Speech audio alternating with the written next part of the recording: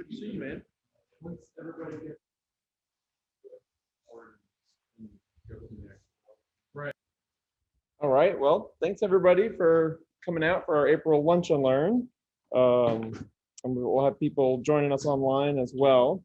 So hello to everybody online. So our mission at Green Spaces is advancing the sustainability of living, working, and building in Chattanooga and the surrounding region. I'm Michael Walton. I'm the executive director. And you know, we always want to start off by just making the point that we wouldn't exist without you, without everybody here that supports Green Spaces and our mission. Everything that we're here to talk about today is because of you and your support for this work. We are continuing to work with the City of Chattanooga on an integrated community sustainability plan.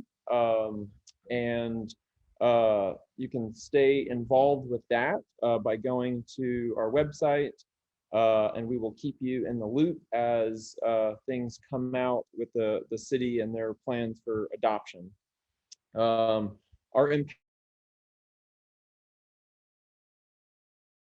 cost and no cost ways for people to lower their electric bills. We've got upcoming workshops, and we've got our online video resource library. We're really excited about getting more involved in the outlying counties around Chattanooga. We've got a new staff person, Christian Road, working in Marion, Sequatchie, Grundy, and Bledsoe County. And we have Jacqueline Lewis, who is working in Ray, Meigs, McMinn, and Polk counties, teaching people how to save energy and improve health in their homes. Green Leader. So if you haven't seen this yet, this is the professional certificate offered through UTC. And you can learn how to become a sustainability champion within your business or organization that you are involved with. It's a self-paced online course through UTC Center for Professional Education. Green Light, our green business certification. We're in the process of actually sort of making Green Light more like Green Leader in terms of that user experience so that people can access all that information. So stay tuned for that after the GreenPrix. So the GreenPrix is going to be May 6th and 7th. That's what we're here to talk about today. So we will get into more detail about that. Coming up on April 22nd, we have Eco Field Day in Miller Park, Miller Plaza. So we'll have field games for teams. Watch out for Ken and his EPB team. I think y'all have like 3 teams that you're bringing though, aren't you? That's going to be heated competition, I feel like, between those teams. But yeah, so for your business or organization or just group of friends, if you want to come out Friday morning on the 22nd to do eco-themed challenges against other teams, and then we'll have an Earth Day celebration from 2 p.m. to 7 p.m. Thanks as always to our founding partners, Compass Commissioning Design and Franklin Architects, our top level corporate sponsors, our green level members. You can join as a green level member or nonprofit member. We have associations and a wide range of people that support this work. But we have a special this month for Earth Day where you get 1 month free when you join as a member, either as an individual or corporation. So to get into our topic today, the Chattanooga GreenPrix is one of our biggest and most exciting events. We're preparing students for one of the fastest growing industries, not just in the state of Tennessee, but in the world. And our panel here today to talk about that, we've got Ken Jones from EPB. We've got Mike Brakey from the SCCA, and we've got Jerry Webb, who's one of the teacher champions. He's with Harrison Bay Future Ready Institute. Their car was the fastest overall in the fall GreenPrix. So definitely take notes if you're listening. With that, I'm going to hand it over to Mike, who's going to talk about the race this year. But first, I'm going to show this video from the fall.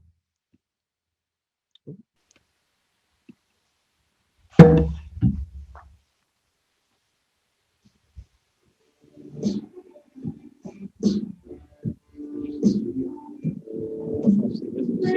we're here at the 2021 located right downtown along the beautiful Tennessee River. We have kids from all over Hamilton County, from elementary to high school, who have designed and are racing their electric race cars today.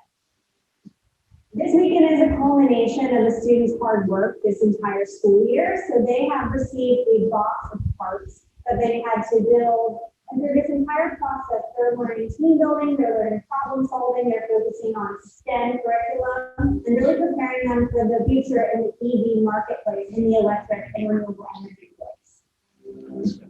There's two sets of cars. One's for 4th to 6th grade, the elementary school. We call those the goblins. And they're a little simpler, easier to work on, don't go quite as fast. Then you get to the middle and high school kids. They have the F-24s, which look like a Formula race car.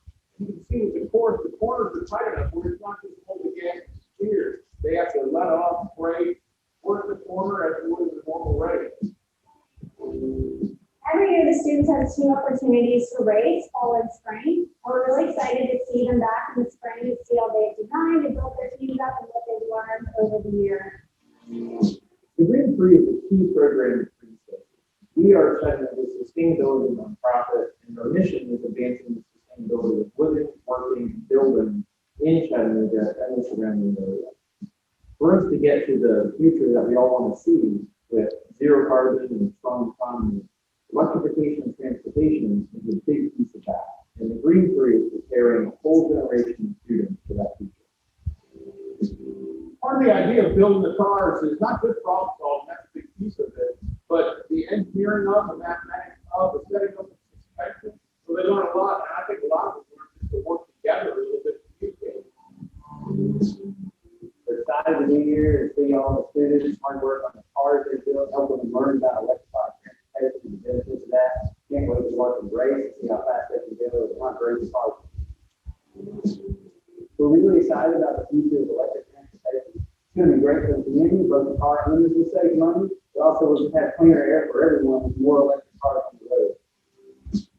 This event is not possible without the support of our title sponsor, EPD, along with our event sponsors, Lyndhurst Foundation, Fulbright Foundation, and Gestalt, along with the support of the FCCA, who are the race directors and help keep this race safe and fun for the students. Our goal for the Chattanooga GreenPrix is to have all Hamilton County schools involved. So if you're interested in receiving a kit for your school, if you'd like to be a sponsor of the event, reach out to greenprixchattanooga.org. All right, Mike.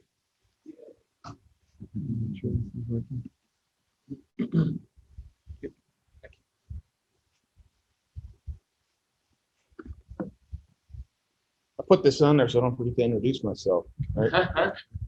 Mike Breakey, I'm the race director, kind of still the new race director, taking over for a guy named Bill Perry, which some of you may know. I'm the Padawan learner. He's the Jedi Master, so I'm still learning about this, but this will be the second race where I'll be race director. And you saw in that video, the 2 types of cars. The Goblins kind of look like the little shoebox cars, the smaller ones, and the F-24 is really a formula-looking car, and that's what we're going to have again this spring. So we've talked about the sponsors, but again, we couldn't do it without these folks. So all of those, EPB, Lyndhurst, Fulbright, and Gestalt. We also couldn't do it without the help of the SCCA. At the end, I'll show you just how much it takes to put one of these on, numbers of people-wise, and we couldn't do it without the help of the SCCA as well. And on the bottom there, we've got a new program we're testing out, a local company called Barcom. They do logistical tracking through RFID chips, and we've done a test on that, and it was moderately successful. We're going to try to use that to do timing and scoring at the race this year. So if you were there in the fall or you saw the fall race, I know some of you worked there, we had actual lap counters. And we're still going to have that as a backup, but if we can move to this electronic timing with the help of Barcom, it'll be a big plus for the teams and for the race. And the guy that runs Barcom, John Rudcastle, is doing this out of his own pocket just because he likes to do it. So that would be a Goblin down at the bottom. For this race, again, for those that were in the fall, I went back and counted up. We've got a much bigger field of cars, and I think it's starting to spread. Now, the racing started, I want to say in 2018, but there was a pause with the COVID, And so this last fall was the first one kind of back out of the box to do one of the races. So we've got a 40% increase in number of cars. We've got so many of the goblins, we're going to have to split them up into 2 races, which is a great thing. And the little kids, they love this. Everybody loves it, but the little kids get a big kick out of it. And you can see 9 to 10 middle school, 9 to 10 high school, and those will be separate races themselves. Why? Why not? Right? It's fun. If you, in the video, you heard Kelly, who used to do GreenPrix for Green Spaces. She mentioned a couple of those words I put up there, and I did too in that video. Yes, it is STEM based, of course, but it's also more than that. It's kind of soft human skills that I see the kids develop, that idea of working as a team, communicating, working together, and problem solving. Because let me tell you, every race, something will come up mechanically on the cars that they're going to have to deal with, usually after practice, the first session. And so they got to work together to fix it, right? They do have advisors. Gary's one of the advisors. But it's really on the kids to get this done. You know, we try to make it that way, not to be cruel, but to let them solve those problems. So this year in the video, you saw the fall race we did in the parking lot right across from the Southern Bell. Because of baseball and the like, we can't get this for the spring, but we may be able to go back to that in the fall. So here's our spring location. It's not the greatest map, but if you're familiar with downtown, the old Engel Stadium where they did the movie 42, it's a UTC parking lot. It's right next to Engel Stadium, kind of right across from Erlang downtown. And it ends up being almost exactly the same size track as we had for the fall race. Okay? And at some point, if we can get a better location, our goal is not to make NASCAR ovals all the time. It's to do more road courses, but we're somewhat limited space-wise in what we can do. So we put a few twists and turns, and I'll show you a map of the track here. It's not the greatest picture, but Google Maps, you can see it's actually a clockwise flow. So the cars are going to have to do a little bit of zigging and zagging.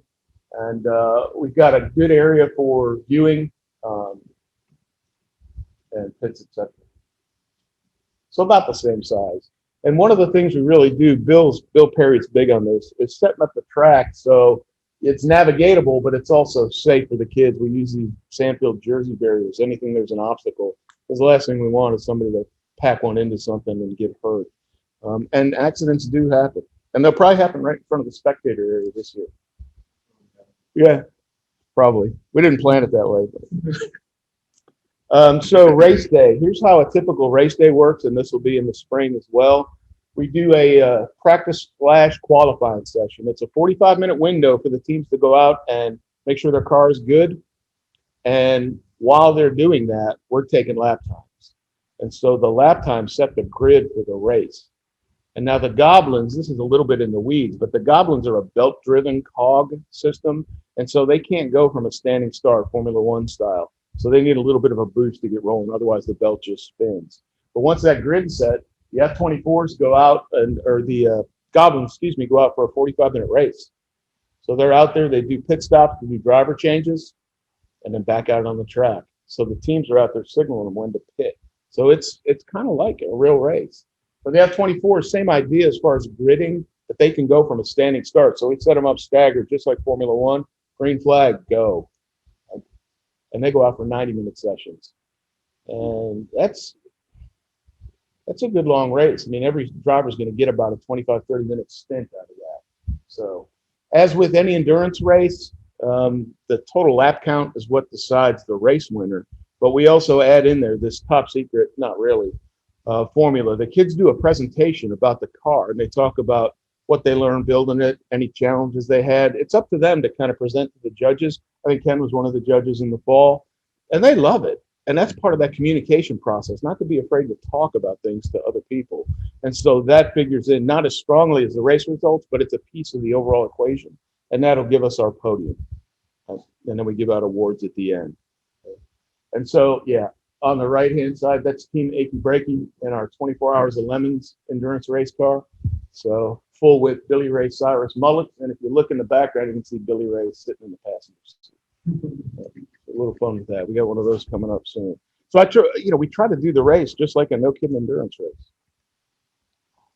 How do we do it?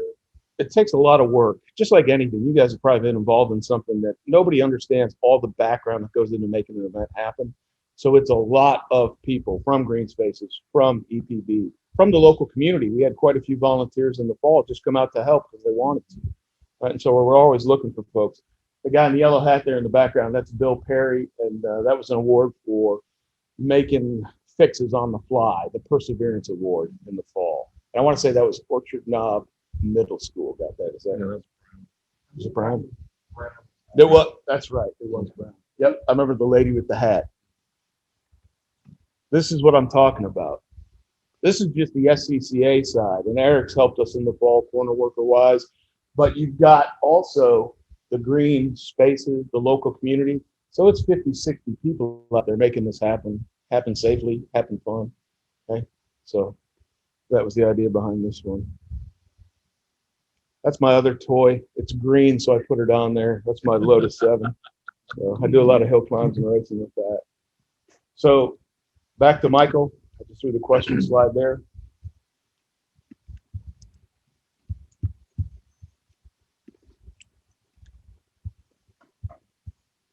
All right. Let me make sure the camera you guys here. Okay. There we go. I'm actually turning the projector off. So from that, we just wanted to open it up.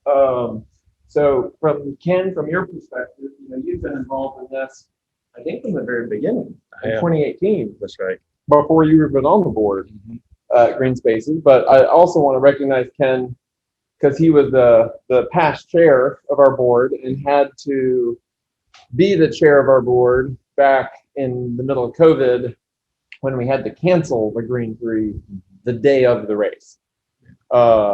And so we had just done all that work to set everything up and organize everything and do everything that Mike just talked about and then cancel it. And that was not an easy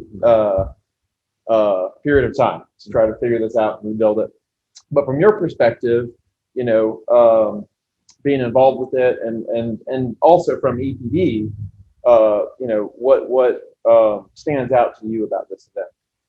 Yeah, from my personal perspective, it's really about the kids, right? I mean, as you heard Mike mention, I was a judge. You heard Michael mention that I've been involved since 2018.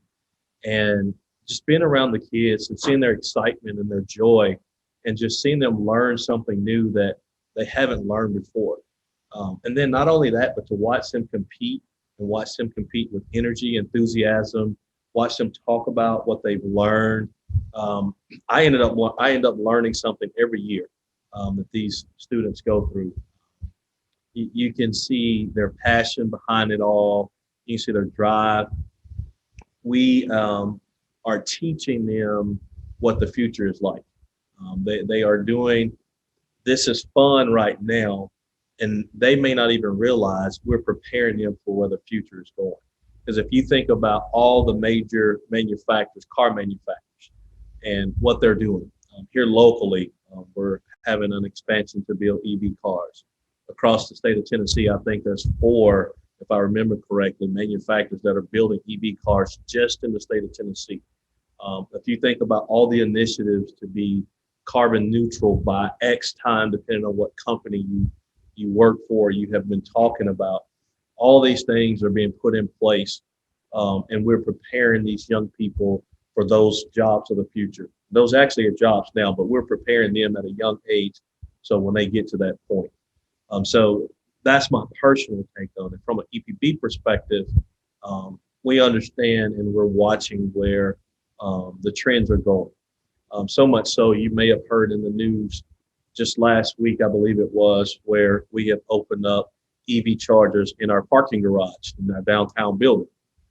So it's right in line with what EPB is all about. EPB is about impacting our community and doing what's right for our community and improving the quality of life. And when you start talking about sustainability, the mission of Green Spaces, which is work, live, and build sustainable, that's improving the quality of life of our community. And EPB is fully behind that, and we support that. Jerry, you want to talk about your experience? Just the student involvement, growth of the students, the leadership skills, the reinforcement of soft skills. Kids have to communicate, conflict resolution between each other. It's amazing to see the kids work on something like that and grow and develop. It really makes them work together. It really enforces those leadership skills. And, it's very much student driven. You see a lot of growth out of the kids. It's really great. It's never really enjoyed. Talk a little bit more about like maybe what particular student and what they got out of it, how they sort of changed what they thought or what they wanted to do. Well, I had a fairly small team this go around, and they're great kids, but they've not always been very outgoing for the most part. And by the time this was over, they were very outgoing. They had grown quite a bit in their leadership roles. They felt a lot more comfortable being out around other people than they did before. And just, again, I can't mention the soft skills, how much they grew. But this was my first event, so I'm still learning. And that, to be honest with you, I try not to micromanage everything the kids do, because they really need to know the car. They need to know it when something happens. They need to be able to repair it, fix it, and find out what's wrong with it. So I try to do more guiding than I do managing. And I was crossing my fingers that the car was going to finish the first race. And the kids are so thorough and did such a great job. And they did. They had the fastest car there, and we had teams coming in asking why. And I really couldn't answer why. They just did a great job. They kept checking and reinforcing and going over their checklist and making sure everything was, all the components were tight, the electrical connections were tight. It's just a great way to develop those leadership skills. I'll echo what he said as far as watching that team. It was 4 people, if I remember right. To see them work together, because they had some obstacles to overcome in the practice qualifying session. And they were able to fix it and get that car out there, and it ran like a top the whole time. But I saw those 4 kids, and it's kind of cool, the land of misfit toys kids. They came out of their shells entirely by the end of that day, asking questions, talking to me, talking to each other teams. I thought that was the biggest growth I saw of the teams there. They did a great job.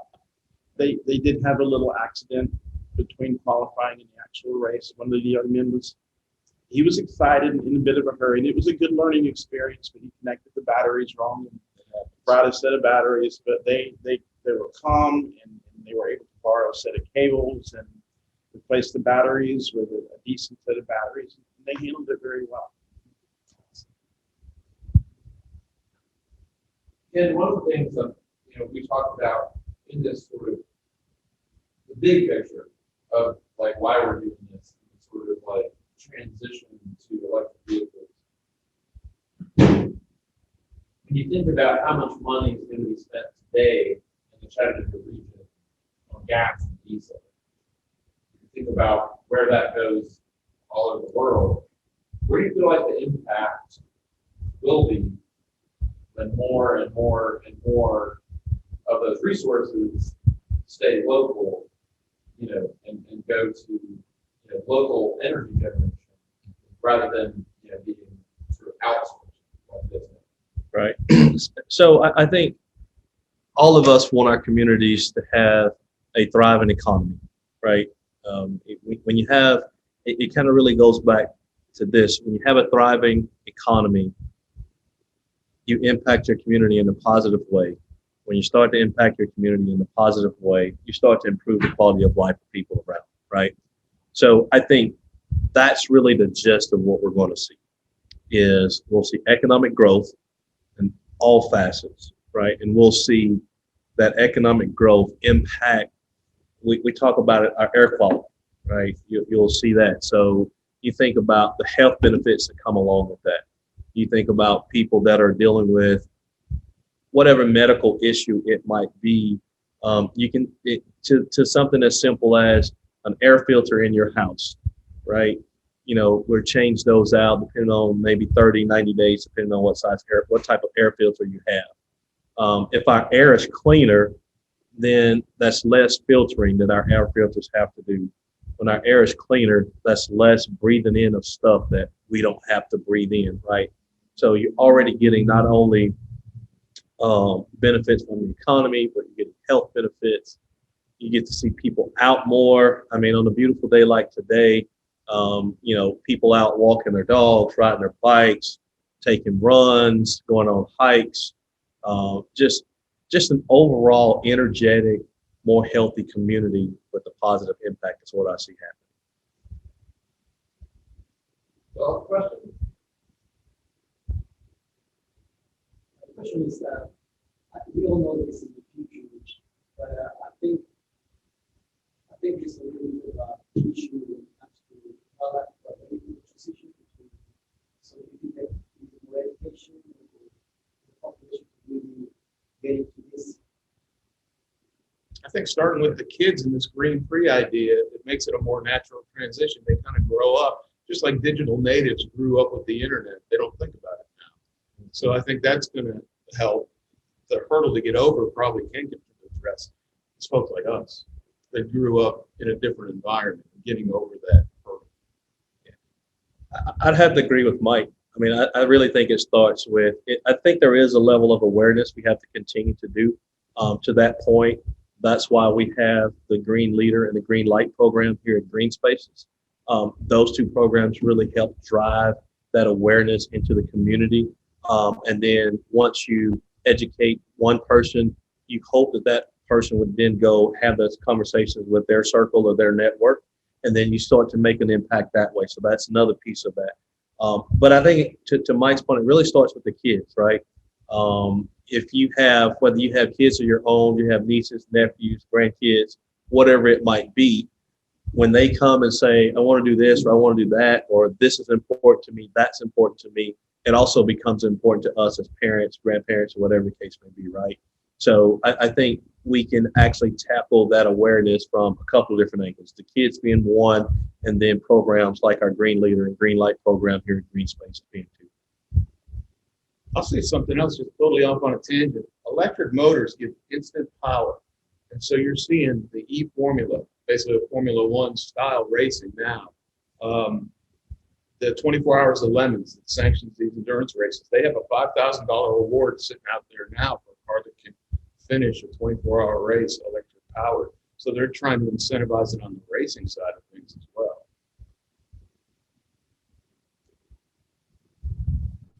I have a question on that. I got to volunteer last race as a corner worker, and I got to learn, and I had a great time. One of the reasons I got into this is we have a 3-year-old son, and I want to share the love of cars with him. And one thing I've noticed with the GreenPrix and like how it's formatted is, it seems like it's one of the most accessible ways for kids to learn about car racing and what goes into it. I was wondering if you could talk about that component and like how the team learned about that and went beyond. They spend a lot of time building the car and getting it working. But I'm guessing they also have to learn how to drive it too and how to operate as a team. So I'd be interested in hearing that. And also hearing what are your thoughts on this compared to how kids have gotten into racing in the past. The only comparable thing I can think of where the barriers for entry were really lowered was with gaming. Like some kids who are into gaming, or like with Gran Turismo and other video games, they're actually becoming professional racers now. So, like 2-part question: if you talk about how the kids prepare on the racing side of it and what they learned there, and then also how this is kind of changing the future of how they're able to get into it. Sure. So the idea is to make the cars as efficient as possible. And in order for the kids to do that, they have to understand every part of the car. They have to understand the motors, how they work, what causes them to draw more amperage, more current. They have to understand the wiring, changing the wire size creates less resistance, the electrical connections, what effect that has. So every part of it, they have to understand, they have to know. A loose connection will cause a lot of heat, can cause a relay to go bad. So they have to educate themselves on every part of that car to make it as efficient as possible. And when they're done with that, they really know that car. They understand how it works, what makes it work. It's going to make it more efficient. And I think that's one of the reasons why my kids did as well as they did. They thoroughly understood the car and every part of it. The suspension, the alignment, how much that affects the car. So in order for them to make it as efficient as possible, they have to know every part of that car works. I hope I answered your question. It's more than a set of build instructions. Of course, they have those and they're fairly involved. But like Jerry said, once the car is done, now you got to look at things like camber and tow. Because an electric vehicle, you're trying to minimize rolling resistance. So even a little bit of toe in or toe out, where the tires are scrubbing, you're losing speed, burning more electrical energy at that point. So they have to learn about the dynamics of vehicle suspension. As far as entry level, the thing with the GreenPrix is you get 2 a year, and it may light that fire on a kid that says, I really like this racing idea. But as far as an entry into big time racing, I don't know. It may just be the starting point, and then you've got the go-karts, and of course now this virtual world, where my son does it. He says, he's raced in Barber and rode Atlanta. He says it's exactly the same. It's like a GPS based, of course, it's like that. So it can be a starting point, I would think, for people interested in racing. I want to say something. You didn't actually ask this question, but I'm going to make it a question and talk about it. And thank you for volunteering to help out. That's big, and that's what I really want to talk about. To that point, you may have some awareness. You may have just a vivid, small interest, or you may have a humongous, gigantic interest in learning more about the GreenPrix. But what better way to learn more about it than to come out and volunteer? You've heard Mike talk about the massive amount of resources that it takes to put on this race, and we only do this twice a year. And it's hundreds of people that are out there. And if it's just an hour you can give or 2 hours you can give, we'll take that. Just come out and volunteer. You get to learn and see firsthand what these young people are doing and how they're doing it. And you get to be a part of the excitement. You get to be a part of something that's going to grow in Chattanooga. As you heard Michael mention, one of our goals is to have a car in every school in our county. And if we can do that, then we're trying to reach every student that's possible. To some schools, they want 2 cars because it's generating interest in these young people to be able to be a part of something like that. Jerry talked about his team. I think his school has now gotten a 2nd car because of the interest that's been generated, right? And so come out and volunteer. Come out and learn how to be a sponsor. Come out and learn how you can pour into our young people, which ultimately impacts our education system. It impacts our communities, and it's just where we're headed in the future. So if you want to be a part of it, we're looking for volunteers. We'd love to have you. Yeah, thank you so much for putting on such a good event. I was hesitant because I had to go away from, spend some time away from my family, but it turned out to be such a good event for my wife and my son. I was able to take a break between races, play with them in the green spaces area that you set up, with all the yard games and everything. And it made it a really fun family event too, where you didn't have to do that, and it could have gone a different way with my kids and everything. Awesome. So thank you so much for putting on such good events. And it was great as a volunteer too. It's very easy to volunteer. We kind of heard about it from for the first time we chatted about it. Got that booth set up there. So yeah, he's already heard people mention like 24 hours limits, and then the both of them we're talking about. Gambling by one. Those are 2 things. Now 3 things that we want to do forever. So this is something I think is a little more approachable. About find a $500 car on my own. So I like that aspect of it.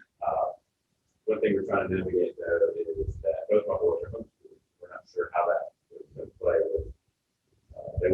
yes, or maybe they're not there, or type clubs. That's a good question. I don't have an answer off the top of my head for that. CSAS has, there's some private schools, Macaulay, Baylor, both have teams. There may be an avenue for homeschool folks to join an existing team. That's something I don't know, Michael, do you? Yeah, we've been working on that. Okay. That's come up. We've got at least one homeschool team that's coming together. And yeah, that's certainly working on the infrastructure for that to have open to that. I like that ball. Well, There you go. Homeschool advisor. I don't know about it. Sign him up, sign him up. So, yeah. And I think, you may know this better than I do, but I was looking at the GreenPrix races in the UK. I guess it started in the UK. And it's so pervasive and like so developed that there's folks who do it once they graduate high school. They keep doing it, and they keep running, and they'll run their own cars and start building their own cars. So it might be worth it to reach out or to look at the Facebook groups, the international community. Oh, yeah. The English stuff is amazing, what they do too, because they've been doing it for years now. Yeah. We can do a lunch and learn in the fall and get them to present. Yeah, that'd be good. One of their big teams. They've got some like F1 associate sponsorship. Some of the big teams at least help them technically on developing those cars. It's a good thought too, Eric. Something beyond just the high school level. Can you imagine an adult GreenPrix team? That would be kind of a hoot. I think there's like an age cutoff, unfortunately. Yeah. I'll pass that. Right. I missed it, but I wasn't looking for it. I mean, probably part of this. They have been in the past, we're talking to them now. It's certainly a big workforce development opportunity. So yeah, hopefully they'll get back on board this season. I'm just wondering if the students or teachers or parents have to do does more and more formal evaluation of feedback that get feedback. Yeah. And a lot of that feedback we take to heart because they see things that can be done differently. We're trying to make the process better every time. And we gave kids feedback as well on their presentation, so it's kind of a two-way. So you don't just leave them in the dark. Why do we get this score? You get a little bit more info on it. When we do the tech inspections on the cars, our inspectors know these things inside and out as well. And so they can give them, they're not going to do it for them, but they can tell them, hey, I want to look at this.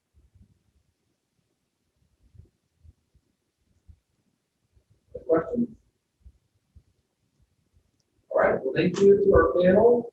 So a round of applause. Thank you to, especially all three of you and